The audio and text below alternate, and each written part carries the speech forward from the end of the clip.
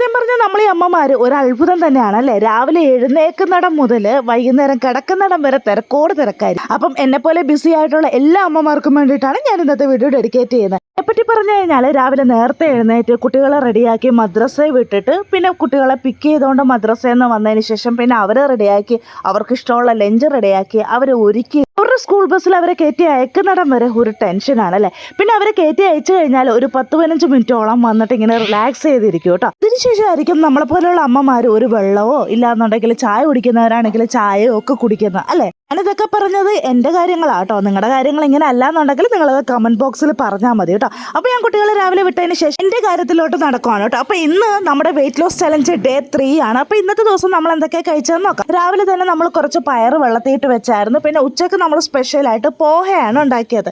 അപ്പോൾ ഇതിൻ്റെ ഡീറ്റെയിൽഡ് ആയിട്ടുള്ള റെസിപ്പി നമ്മൾ യൂട്യൂബ് ഷോർട്സിൽ ഇട്ടിട്ടുണ്ട്. ആവശ്യമുള്ളവർ പോയി കാണുക കേട്ടോ. പിന്നെ ഒരു ആപ്പിളും എടുത്തിട്ടുണ്ടായിരുന്നു. അതിനുശേഷമാണ് ഞാൻ ബ്രേക്ക്ഫാസ്റ്റ് കഴിച്ചത്. ചെറുപയർ പുഴുങ്ങിയതും. രാവിലെ നമുക്ക് മുട്ട കഴിക്കാൻ പറ്റിയില്ല കേട്ടോ. ആ മുട്ട ഞാൻ ബ്രേക്ക്ഫാസ്റ്റിൽ ഉൾപ്പെടുത്തി. പിന്നെ നമ്മൾ ഇതിൻ്റെ ഇടയ്ക്ക് ഒരുപാട് വെള്ളമൊക്കെ കുടിച്ചായിരുന്നു കേട്ടോ. 2 ലിറ്ററോളം ഞാൻ വെള്ളം കുടിച്ചിട്ടുണ്ട്.